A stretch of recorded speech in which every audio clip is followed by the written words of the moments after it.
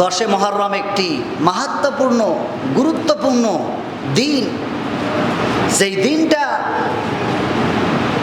যুগ যুগ ধরে মুসা আলাইহিস সালামের জামানা থেকে সমস্ত আল্লাহ তাআলার বান্দাদের উপরে এই 10 মুহররম রোজা করা বাধ্যতামূলক ছিল, তথা ইহুদিরাও এই 10 মুহররম রোজা রাখতেন।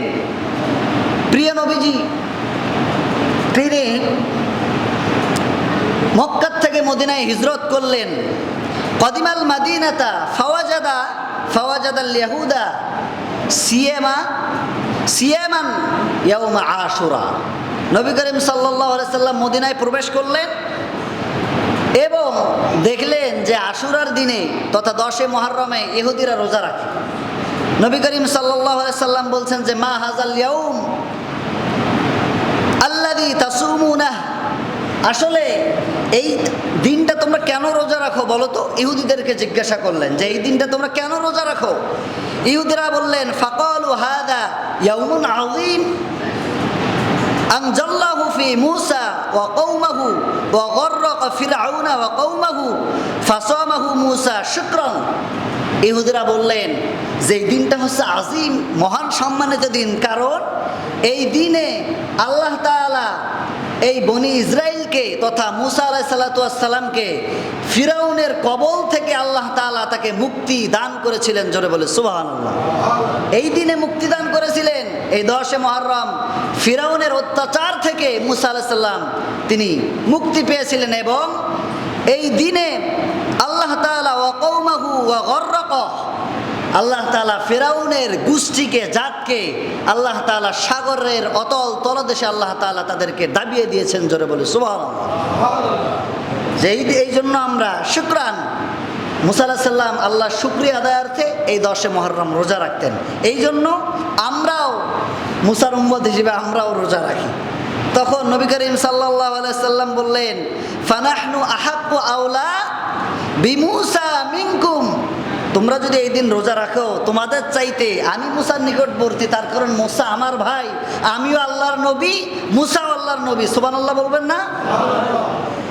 যদি এটা হয় তাহলে আমিও 10 মুহররম রোজা রাখবো। সাহাবায়ে কেরাম বললেন ইয়া রাসূলুল্লাহ, ইহুদিরা বলা বলি করতেছে যে মুসলমানেরা আমাদের দেখে ইবাদত করে। তখন নবী করিম সাল্লাল্লাহু আলাইহি সাল্লাম বললেন ও সাহাবীরা শোনো, আগামী আশুরা পর্যন্ত, আগামী 10 মুহররম পর্যন্ত যদি আমি জীবিত থাকি, আমি 10, 9 এবং 10 আমি 2 তারিখে আমি নবী করিম সাল্লাল্লাহু আলাইহি সাল্লাম রোজা রাখার ঘোষণা দিয়ে দিলাম। জোরে বলে সুবহানাল্লাহ। যাতে করি ইহুদিদের সাদৃশ্য না হয়ে যায়, এই জন্য প্রিয় নবীজি নিজেই ঘোষণা দিয়েছিলেন যে আগামী আশুরা পর্যন্ত 10 মুহররম পর্যন্ত আমি যদি বেঁচে থাকি, আগামী বছর পর্যন্ত আমি 9 এবং 10 তারিখ আমি প্রিয় নবীজি নিজেই রোজা রাখবো। তাহলে এই মাসের এই দিনের গুরুত্ব আছে না নাই? আচ্ছা, নবী করিম সাল্লাল্লাহু আলাইহি সাল্লাম তিনি এই কথা বললেন, কারবালা তখনও কি সংগঠিত হয়েছে? কথা বলে না, বোঝেন নাই মনে হয়। নবী জীবিত থাকতে কি কারবালা সংগঠিত হয়েছে? তার 50 বছর পর, বললাম তো 11 হিজরিতে আমার নবীজির ওফাত, 61 হিজরিতে কারবালা। তিনি মৃত্যুর 50 বছর পর, তিনি ওফাতের 50 বছর পর কারবালা সংগঠিত হয়েছিল। এই দিনটাকে প্রিয় নবীজি রোজা রাখতে বলেছেন, তিনি নিজে রেখেছেন এবং সাহাবা আজমাইনদেরকে রোজা রাখার ব্যাপারে বলেছেন। পরের বছরের আগেই আমার নবীজি দুনিয়ার থেকে বিদায় হয়ে গেলেন, তিনি পরের বছর রোজা রাখতে পারেন নাই। সুতরাং আপনি যদি চান যে আমি 9 এবং 10 এই 2 দিন রোজা পালন করব, আমরা কয় দিন? 2 দিন, 9 মুহররম